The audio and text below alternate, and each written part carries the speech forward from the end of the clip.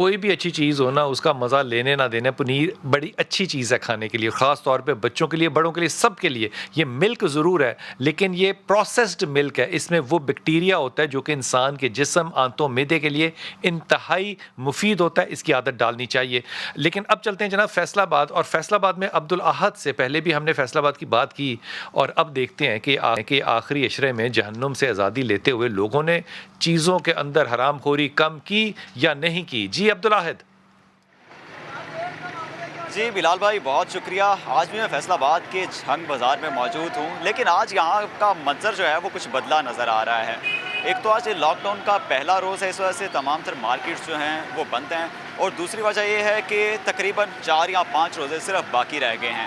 اب جتنا بھی یہاں کے سٹور ہوم میں یا جتنا بھی کولڈ سٹوریج میں پھل یا سبزیاں پڑی تھیں وہ سب کی سب مارکیٹ میں آ گئی ہیں, اور ریٹ ایک دم سے جو ہے ان کی قیمتوں کے اندر بہت زیادہ کمی دیکھی جا رہی ہے. یہ کتنی بدقسمتی کی بات ہے کہ پورا رمضان غریب لوگ, متوسط لوگ جو ہیں وہ انہی پھل سبزیوں کو ترستے رہے, جن کی قیمتیں جو ہیں وہ کسی ایک پھل کی یا کسی ایک سبزی کی قیمت جو ہے وہ 200 روپے کلو سے کم نہیں تھی. اب جو ہے اس کے ریٹ کے اندر اچانک سے کمی دیکھنے میں آ رہی ہے. جو فالسا ایک ہفتہ پہلے 400 روپے کلو میں بک رہا تھا, آج وہی جو ہے وہ 150 روپے 140 روپے کلو میں بک رہا ہے.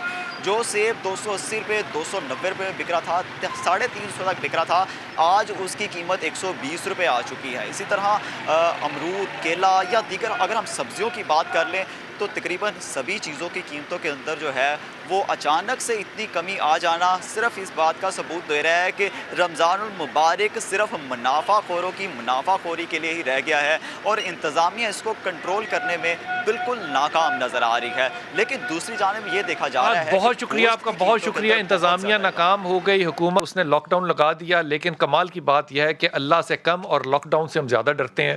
اللہ سے ڈر کے اگر کم کیا ہوتا تو بڑی عبادت کا حصہ ہوتا. لاک ڈاؤن کی وجہ سے آپ نے کم کیا, اللہ تعالیٰ اس کا بھی آپ کو اجر دے, کیونکہ غریب کی جو آسانی ہے وہ کسی نہ کسی, تو چلو عشق حسین نہ صحیح بغض میں ہی پیدا ہوئی, لیکن کوئی پیدا تو ہوئی.